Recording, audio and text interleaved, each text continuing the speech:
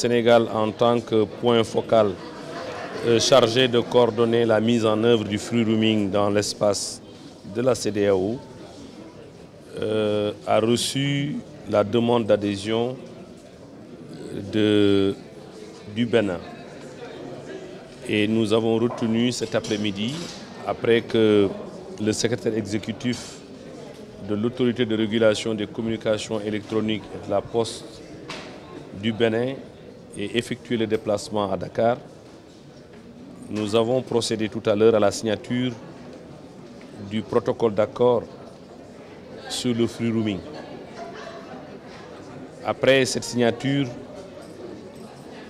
nous allons le transmettre à l'ensemble des États membres, à l'ensemble des États signataires, que sont, en ce qui concerne l'UEMOA, le Sénégal, la Côte d'Ivoire, le Mali, le Burkina Faso et le Togo. En ce qui concerne les États de la CEDEAO, nous avons la Guinée en plus. Aujourd'hui, nous venons d'accueillir le Bénin, ce qui porte le nombre d'États à 7 pour ce qui concerne la CEDEAO et à 6 pour ce qui concerne les États de l'UEMOA. C'est avec un réel plaisir que nous accueillons un nouveau entrant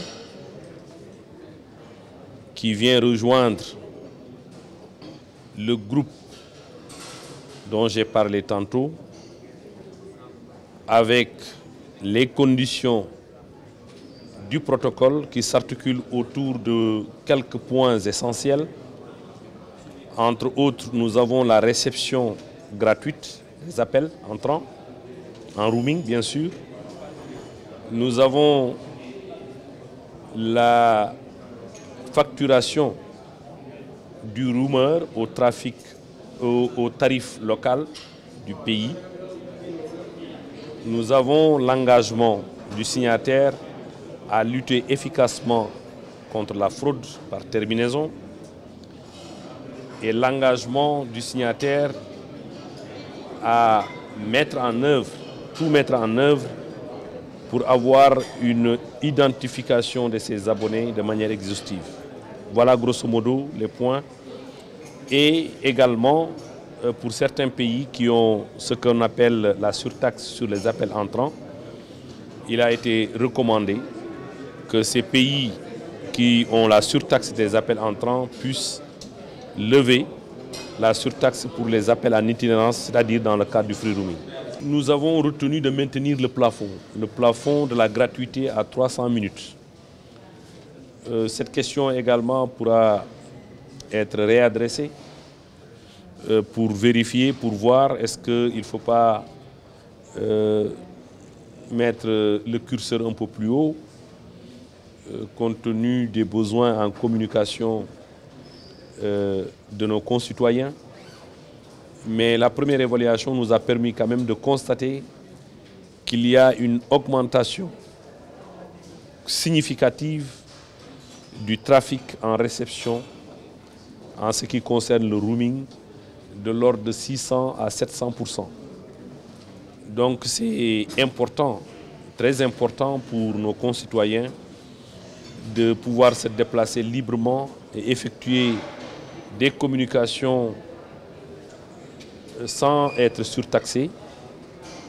Quand nos organisations ont réussi la libre circulation des personnes et des biens, il faudrait également que nous aussi, qu'on réussisse la libre circulation des communications électroniques de manière globale.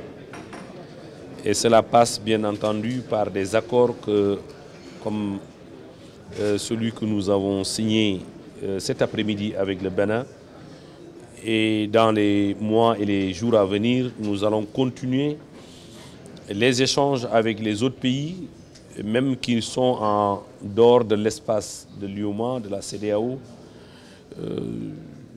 Je veux parler de la Mauritanie, qui est un pays voisin, Nous avons déjà engagé une discussion avec la Mauritanie. Nous allons continuer à discuter pour amener la Mauritanie compte tenu du nombre de personnes qui se déplacent de part et d'autre de nos frontières. Il est important quand même qu'on ait cet accord-là avec notre pays voisin. Il faut également qu'on ait cet accord-là avec la Gambie. Nous sommes venus, le Bénin, pour signer, et ce de façon solennelle, après les discussions, après avoir évalué déjà le protocole, après avoir identifié les outils et les moyens de sa mise en œuvre, nous sommes venus donc matérialiser cette signature. Qu'est-ce que nous attendons de cela? Ce n'est rien d'autre que la concrétisation de cette vision des dirigeants de l'Afrique que le DG a rappelé tout à l'heure, à savoir l'Afrique unique, le réseau de télécommunications unique. Il est devenu impérieux et aujourd'hui, il n'a point de l'expliquer que à travers les télécommunications, on peut converger les peuples. En signant cet accord, ce protocole cet après-midi, c'est 10 millions de consommateurs qui s'ajoutent à 7 pays qui étaient déjà en coopération. Vous pouvez sans doute donc évaluer ce qui est de notre joie. C'est immense compte tenu des résultats qui sont donc attendus. 10 millions de Béninois ajoutés à des dizaines, plusieurs dizaines de millions de 7 autres pays. Et nos États ne veulent pas s'arrêter à ce niveau puisque ce qui est décidé, ce qui est envisagé, la vision, c'est donc d'en venir à ce qu'à travers le réseau unique, on puisse avoir l'Afrique unique. Ce sera qu'à faire l'implémentation, et comme vous l'a dit le directeur général, à travers l'information des autres membres au protocole, qui a été donc une stipulation du protocole que tout nouvel adhérent puisse être notifié aux anciens du protocole et que tout nouvel adhérent puisse donc transmettre les informations nécessaires à l'implémentation. Je pense que c'est cette dernière phase qui reste et les dirigeants du Bénin au plus haut niveau, comme je l'ai rappelé, le président de la République, y veille. Donc je peux vous dire que ce serait une question du temps matériel nécessaire juste à l'implémentation des éléments nécessaires à la mise en œuvre du protocole.